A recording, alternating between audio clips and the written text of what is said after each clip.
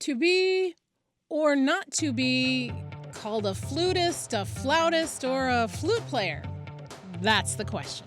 I'm Robbin Young, and welcome to this Show Your Work episode of The Influencers. I'll be dropping clues in each of these bonus episodes to help you figure out which of the pop stars of the last 50 years we'll be discussing in our first episode. Think you've already got it figured out? Tell us! Share your guesses in the comments or send a note to our website, WFIU.org/theinfluencers.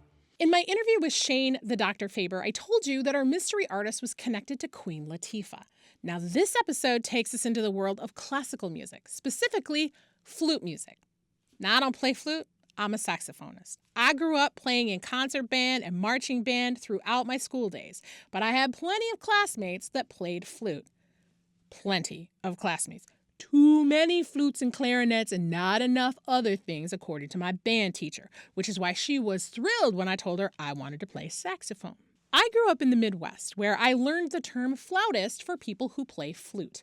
My high school humanities teacher, Mr. Bearden, played flute in our local wind symphony, and he called himself a flautist. The kids I played with also called themselves flautists, so naturally, I wrote my script for this show talking about this well-known flautist. But our program director was having none of it. He shared this video with me, wherein flute-playing types from all around the world chimed in with how they call themselves almost anything but a flautist. One said, "I'm a flutist because I play a flute and not a flout." Fair enough. I stand corrected.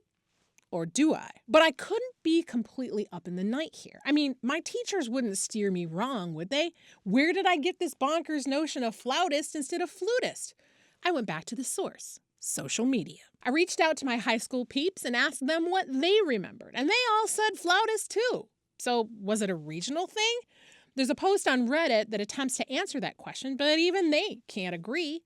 I found 3 pronunciations there: flautist, flautist, and flutist, so that wasn't helpful at all. But there was one person who posited that in Italy, the flute is called a flauto, and so flautista would be appropriate. It was then that I found myself going down a flute rabbit hole, so please, join me.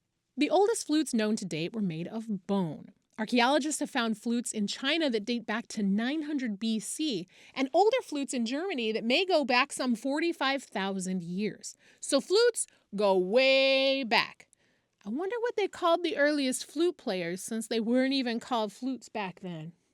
There's about an 800-year gap in the history of flutes that corresponds to the fall of Rome. Historians believe that the instrument was mostly played by Romans and Etruscans, so that would track. When the flute does make a comeback, it's in Germany and Byzantium around 1000 AD. It then slowly spreads across Western Europe to non-Germanic countries. Okay, let's speed this up a bit. You probably already guessed who our first episode is about with all this flute talk. Am I right? Around 1600, the flute goes through a bunch of makeovers. What started as a wooden tube with a cork in one end gets cut into pieces and reconfigured a variety of ways, including adding keys to help cover the holes and extend the range of the instrument. By the mid-1800s, a dude named Theobald Boom, yes, Boom, revolutionized the flute by creating an instrument that was conical, that is narrow at the top and wider at the bottom. And just as the world started to embrace this new invention, he did it again. Boom created a cylindrical flute with bigger holes to improve the tone and the sound of the instrument, which meant creating padded cups for the finger holes because flute players' fingers just weren't wide enough to cover holes that big. That flute is essentially the same flute that modern flutists, flautistas, flautists, and flute players are still playing more than 175 years later. But I still haven't answered the question, is it flutist or flautist? In all my research, I couldn't get a straight answer until I went to the source herself. In a 2022 interview on NPR's Fresh Air, our mystery artist said, "I always say flautist, and then one day someone's like, it's flutist." I'm like, shut up. So for this episode, flautist it is. Think you know who our mystery artist is? Let us know in the comments or visit our website, WFIU.org/theinfluencers.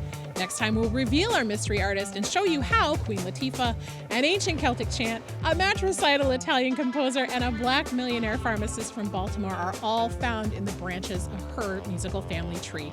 Until then, I'm Robbin Young, reminding you that you never know what kind of an impact you make on the world around you. Who influences you?